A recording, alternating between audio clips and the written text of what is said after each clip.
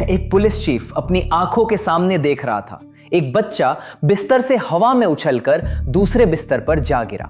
दीवार पर लगी यीशु मसीह की तस्वीर अपने आप उलट गई और ठंडी हवा का एक झोंका ऐसा आया कि कमरे में मौजूद हर पुलिस वाले की रूह कांप गई। बात 1991 की है। स्पेन की राजधानी मैद्रिद। एक अपार्टमेंट जिसका नाम था लुइस मेरियान 8 और इस अपार्टमेंट में रहने वाली लजारो फैमिली के साथ हो रहा था कुछ ऐसा जिसकी कोई वैज्ञानिक व्याख्या नहीं कर पाया। इतना हैरान करने वाला मामला था ये कि स्पेन के इतिहास में पहली और आखिरी बार पुलिस ने एक ऐसे संदिग्ध की तलाश की जो दिखता नहीं था, एक भूत, और उस भूत को कानून के दायरे में लाने की कोशिश की। अंदाजा लगाइए, पुलिस के पास न तो कोई चेहरा था, न कोई नाम, न उम्र, न लिंग, बस थे कुछ अजीबोगरीब वाकियात, कुछ गवाह और एक पुलिस टीम जो अपनी आंखों से देख चुकी थी वो सब जिसे आम आदमी भूत प्रेत कहता है। आज की कहानी है स्टेफिना लजारो की, एक 18 साल की लड़की जिसकी मौत ने एक पूरे परिवार की जिंदगी तहस नहस कर दी और जिसकी मौत के बाद उसके कमरे में वो लौट आई। बात 1990 की है। स्टेफिना लजारो मैद्रिद में अपने माँ बाप, एक भाई और एक बहन के साथ रहती थी। 5 लोगों का परिवार। स्टेफिना 18 साल की हो चुकी थी, कॉलेज में दाखिला मिला था, एकदम सामान्य लड़की, पढ़ाई में मन लगाती, दोस्तों के साथ वक्त बिताती, परिवार के साथ खाना खाती, बिल्कुल वैसे ही जैसे आप में से कई लड़कियां रहती हैं। लेकिन कॉलेज जाने के कुछ महीनों बाद स्टेफिना के बर्ताव में अचानक बदलाव आने लगा। वो अचानक गुर्राने लगती, सांप की तरह हिस की आवाज निकालती, अपने छोटे भाई पर झपटती, दीवारों को अपने नाखूनों से नोचती। लकड़ी की दीवारें थीं और वो उन पर नाखूनों से ऐसे निशान बना देती जैसे कोई जानवर अपना क्षेत्र चिन्हित करता है। घर वाले हैरान थे, स्टेफिना को क्या हो गया है? उसकी माँ ने उसे डॉक्टर को दिखाया, कई डॉक्टरों को। हर डॉक्टर ने एक ही बात कही, फिजिकली और मेंटली सब ठीक है, उसे कोई बीमारी नहीं। फिर माँ बाप उसे फादर के पास ले गए, कैथोलिक प्रीस्ट के पास। प्रीस्ट ने भी कहा इसमें कोई आत्मिक बीमारी नहीं है। लेकिन स्टेफिना का बर्ताव बदला नहीं बल्कि और बिगड़ता गया। 6 महीने बीत गए। स्टेफिना की सेहत लगातार गिर रही थी, वो कमजोर होती जा रही थी और बीच बीच में उसे ये दौरे पड़ते, गुर्राना, हिस करना, दीवार नोचना, अपने भाई पर हमला करना। एक दिन स्टेफिना ने अपनी माँ को बताया, मम्मा मैं नहीं जानती मैं ऐसा क्यों करती हूँ, लेकिन रात को मुझे एक साया दिखाई देता है, कोई इंसान नहीं, कोई अजीब सी चीज, और जब वो साया आता है मेरा कुछ नहीं रहता, मैं गुर्राने लगती हूँ, दीवारें नोचने लगती हूँ, मैं खुद को रोक नहीं पाती। माँ बाप ने उसके कमरे से सारी तंत्र मंत्र की किताबें हटा दी। पता चला था कि स्टेफिना भूत प्रेत से बात करने वाली किताबें खूब पढ़ती थी, लेकिन किताबें हटाने से भी कुछ नहीं बदला। स्टेफिना की हालत बिगड़ती रही। अगस्त 1991, स्टेफिना की सेहत इतनी बिगड़ गई कि माँ बाप उसे मैद्रिड के एक सरकारी अस्पताल में ले गए। उन्होंने कहा पूरा चेकअप कराएंगे, पता लगाएंगे कि आखिर इस लड़की को हुआ क्या है। अस्पताल में 3 हफ्ते तक उसकी जांच चली। साइकेट्रिस्ट ने देखा, फिजिशियन ने देखा, एक्सपर्ट्स की टीम ने देखा। हर किसी ने यही कहा ये लड़की बिल्कुल स्वस्थ है, उसे कोई बीमारी नहीं है। लेकिन 3 हफ्ते बाद एक दिन बिल्कुल अचानक स्टेफिना की मौत हो गई, अस्पताल में, बिना किसी वजह के, बिना किसी लक्षण के। डॉक्टर हैरान थे। माँ बाप का तो पूरा दुनिया उजड़ गई। उनकी 18 साल की बेटी जो अभी कुछ घंटे पहले बात कर रही थी, मुस्कुरा रही थी, अब एक ठंडी लाश पड़ी थी। पोस्टमार्टम रिपोर्ट आई तो उसमें सिर्फ एक लाइन थी, दिल की धड़कन रुकने से मौत। कोई जख्म नहीं, कोई चोट नहीं, कोई बीमारी नहीं, बस एक 18 साल की लड़की का दिल अचानक रुक गया। आज के जमाने में भी 18 साल में हार्ट अटैक दुर्लभ है, लेकिन 1991 में तो ये लगभग असंभव सा था। फिर भी डॉक्टरों ने कुछ नहीं समझा। परिवार ने रीति रिवाज से स्टेफिना का अंतिम संस्कार किया, उसे कब्रिस्तान में दफनाया गया। अब आप सोचेंगे कहानी यही खत्म हो गई। एक लड़की बीमार पड़ी, अस्पताल में उसकी मौत हो गई। दुखद है, लेकिन ये तो कोई रहस्य नहीं। लेकिन असली कहानी यहीं से शुरू होती है। स्टेफिना की मौत के बाद उसके माँ बाप ने उसका कमरा वैसे ही रखने का फैसला किया, वैसे ही सजा कर रखा। उसकी तस्वीरें, उसके कपड़े, उसकी किताबें, उसके बचपन के खिलौने, सब वैसे का वैसे। बेडशीट बिछी हुई, तकिया रखा हुआ, दरवाजा लॉक कर दिया। बीच बीच में माँ अंदर जाती, साफ सफाई करती और फिर लॉक कर देती। 1 हफ्ता बीता, सब ठीक था। फिर एक दिन माँ ने कमरे का दरवाजा खोला और देखकर दंग रह गई।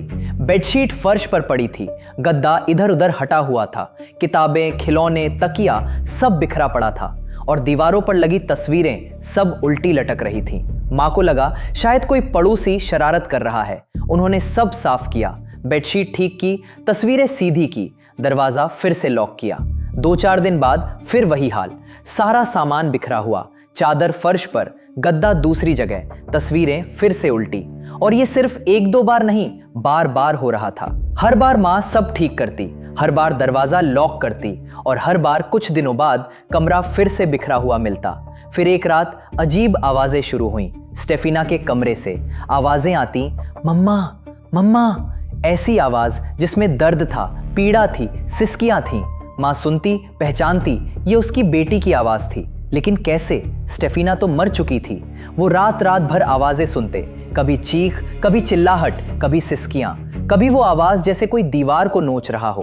परिवार के लोग रात को दरवाजा खोलकर अंदर जाते तो वहां बहुत तेज ठंडी हवा चल रही होती। खिड़की से बाहर देखते, बाहर का मौसम बिल्कुल शांत, हवा भी नहीं चल रही। कुछ ही दिनों में दीवारों पर नाखूनों के नए नए निशान बन गए। वो दीवारें तो पहले ही बदली जा चुकी थी जब स्टेफिना ने उन्हें नोचा था, लेकिन अब नए निशान थे जिनके बनाने वाले कोई दिखाई नहीं दे रहे थे। अब परिवार डरने लगा। उन्होंने एक बार फिर कमरे को साफ किया और इस बार दरवाजे पर नट बोल्ट लगा दिया, भारी भरकम लोहे का कुंडा, ताकि कोई अंदर न जा सके। अगली रात पूरे घर में तेज आवाज हुई। ऐसा लगा जैसे कोई कमरे के अंदर दीवारों पर पटक रहा हो। फिर आवाज आई, माँ की आवाज सुनाई दी, मम्मा मम्मा। सब बदहवास हो गए और फिर दरवाजे का नट बोल्ट अपने आप खुल गया। दरवाजा खुल गया। परिवार अब पूरी तरह टूट चुका था। उन्होंने पड़ोसियों को बताया। कुछ पड़ोसियों ने कहा, रात को हमें भी आपके घर से आवाजें सुनाई देती हैं। कुछ पड़ोसियों ने हिम्मत करके एक रात उनके घर बिताने का फैसला किया। रात को सबने देखा, ठंडी हवा का झोंका सिर्फ उस कमरे में आया, बाकी घर में नहीं। तस्वीरें अपने आप उलट गईं, सामान बिखर गया, पड़ोसी भी डर गए, लेकिन अब वो गवाह थे। अब तक स्टेफिना की मौत को करीब 15 दिन से ज्यादा हो चुके थे।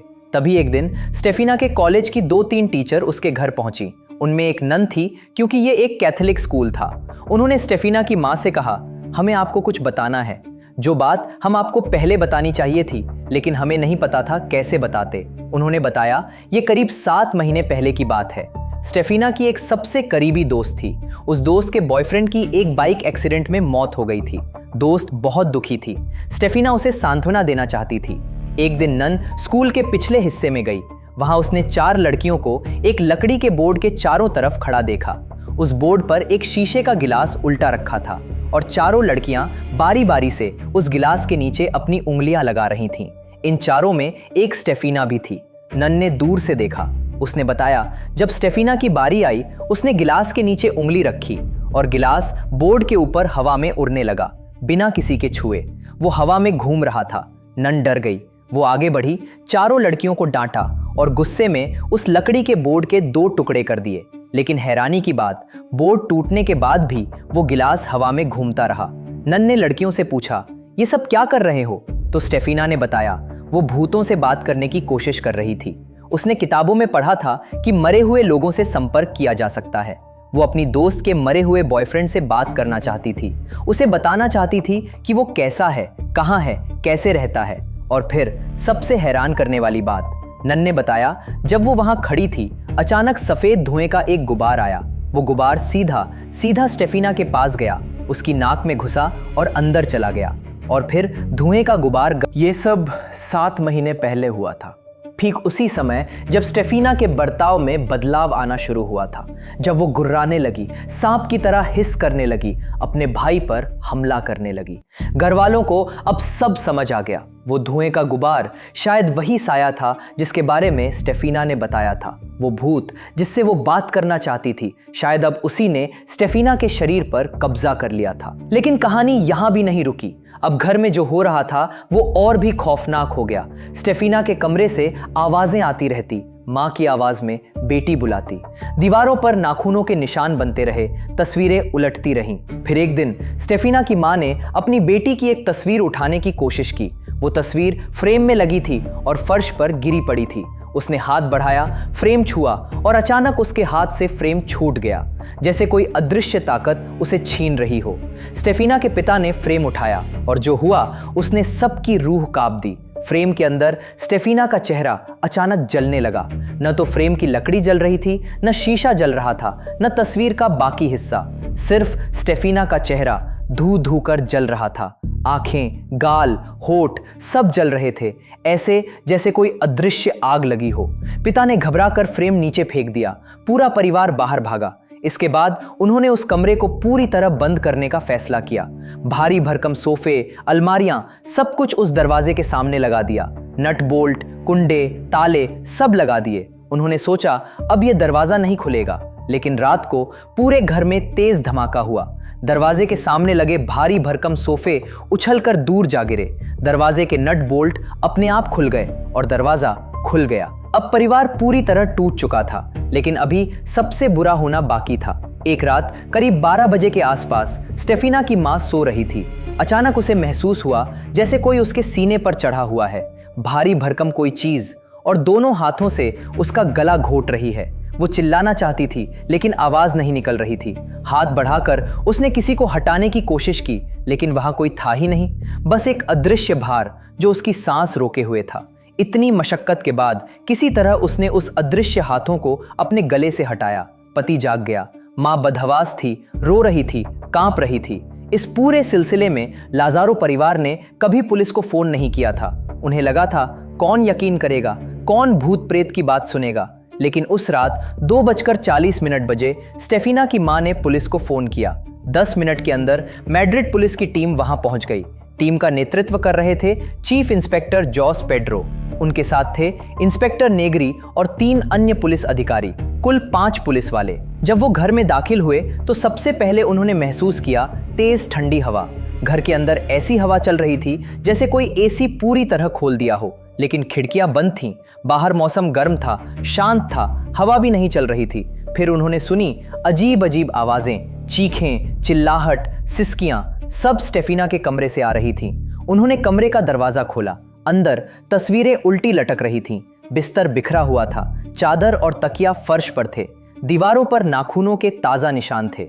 पुलिस अधिकारियों ने खिड़की खोलकर बाहर देखा। मौसम बिल्कुल शांत, लेकिन कमरे के अंदर तेज आंधी चल रही थी। यहीं से शुरू हुआ इतिहास का सबसे अनोखा पुलिस इन्वेस्टिगेशन। पुलिस टीम ने उस रात तो परिवार को समझा बुझाकर वापस लौट गई, लेकिन अगले दिन वो फिर से लौटे। इस बार उन्होंने तय किया वो खुद रात भर वहां रुकेंगे, सारी घटनाओं के गवाह बनेंगे। और वो रात किसी हॉरर फिल्म से कम नहीं थी। स्टेफिना के पिता ने पुलिस से कहा, मेरा छोटा बेटा, हमने देखा है अक्सर वो जिस बिस्तर पर सोता है उससे हवा में उछलकर दूसरे बिस्तर पर जा गिरता है, जैसे कोई अदृश्य हाथ उसे उठाकर फेंक रहा हो। पुलिस वालों ने सोचा मजाक कर रहे हैं। फिर वो सब उस कमरे में गए। छोटा बच्चा एक बिस्तर पर सो रहा था। पुलिस अधिकारी उसके बगल में खड़े थे। थोड़ी देर बाद उनकी आंखों के सामने बच्चा हवा में उछला और दूसरे बिस्तर पर जा गिरा। फिर वहां से वापस पहले वाले पर, जैसे कोई फुटबॉल को उछाल रहा हो। चीफ इंस्पेक्टर जॉस पेड्रो ने बाद में प्रेस को बताया, मैंने अपनी आंखों से देखा एक बच्चा बिना किसी के छुए हवा में उछल रहा था। उसके बाद उनके सामने ही दीवार पर लगी यीशु मसीह की तस्वीर सीधी थी, अचानक उलट गई। सारा सामान बिखर गया और एक तेज चीख सुनाई दी। पुलिस टीम के 5 अधिकारियों ने यह सब देखा। वो उस घर से निकले, थाने गए और पूरी रिपोर्ट दर्ज की। अपने बयान में उन्होंने लिखा, हमने अपनी आंखों से अनैसर्गिक घटनाएं देखी और उसके बाद भी उसका परिवार उस कीमत को चुकाता रहा है। बिना किसी के छुए दरवाजे के नट बोल्ट अपने आप खुलते हैं, तेज हवाएं चलती हैं, जबकि बाहर मौसम शांत है। एक बच्चा बिस्तरों के बीच हवा में उछलता है। तस्वीरें अपने आप उलट जाती हैं। मैड्रिड पुलिस ने इस केस की औपचारिक जांच की, हर एंगल से देखा। कोई दुश्मन तो नहीं जो घर खाली कराना चाहता हो, कोई साजिश तो नहीं। पुलिस ने हर इंसानी संभावना को परखा। कोई भी संदिग्ध नहीं मिला, कोई सबूत नहीं मिला कि यह किसी इंसान का काम था। अंत में पुलिस चीफ ने परिवार को एक ही सलाह दी, आप ये घर छोड़ दीजिए। लाजारो परिवार पहले से ही टूट चुका था। उन्होंने वो घर छोड़ दिया, मैड्रिड में ही दूसरे अपार्टमेंट में शिफ्ट हो गए। और जैसे ही उन्होंने वो घर छोड़ा, सारी अजीबोगरीब घटनाएं बंद हो गईं। फिर कभी उनके नए घर में ऐसा कुछ नहीं हुआ। मैड्रिड पुलिस ने इस पूरे मामले की एक डिटेल रिपोर्ट तैयार की। वो रिपोर्ट आज भी पुलिस रिकॉर्ड में मौजूद है। स्पेन के इतिहास में यह पहला और आखिरी मौका था जब पुलिस ने एक ऐसे संदिग्ध की जांच की जो दिखता नहीं था, एक भूत। चीफ इंस्पेक्टर जॉस पेड्रो ने बाद में कई इंटरव्यू में यही कहा, मैंने वो सब देखा जिस पर कोई विज्ञान विश्वास नहीं करता, लेकिन मेरी आंखों ने देखा, मेरे कानों ने सुना। ये किसी इंसान का काम नहीं था। आज भी ये केस अनसुलझा है। भूत कोई पकड़ा नहीं गया, पुलिस उसे सजा नहीं दे सकी, लेकिन जैसे ही परिवार ने वो घर छोड़ा, मानो कहानी खत्म हो गई। स्टेफिना का साया जो भी था वही रुक गया। बाद में इस कहानी पर एक फिल्म भी बनी, वेरोनिका। कहते हैं ये फिल्म इतनी डरावनी है कि आज तक कम ही लोग इसे पूरा देख पाए हैं, लेकिन सच्ची घटना उस फिल्म से भी ज्यादा डरावनी है। स्टेफिना लजारो एक 18 साल की लड़की जो भूतों से बात करना चाहती थी, और शायद वो बात हो गई, लेकिन उस बात की कीमत उसने अपनी जान देकर चुकाई, और उसके बाद भी उसका परिवार उस कीमत को चुकाता रहा। अगर आपको ये कहानी अच्छी लगी और आप आगे भी ऐसी ही सच्ची, रोचक और अनसुनी कहानियां सुनना चाहते हैं तो कमेंट में जरूर बताइए। वीडियो को लाइक कीजिए, चैनल को सब्सक्राइब कीजिए। जय हिंद।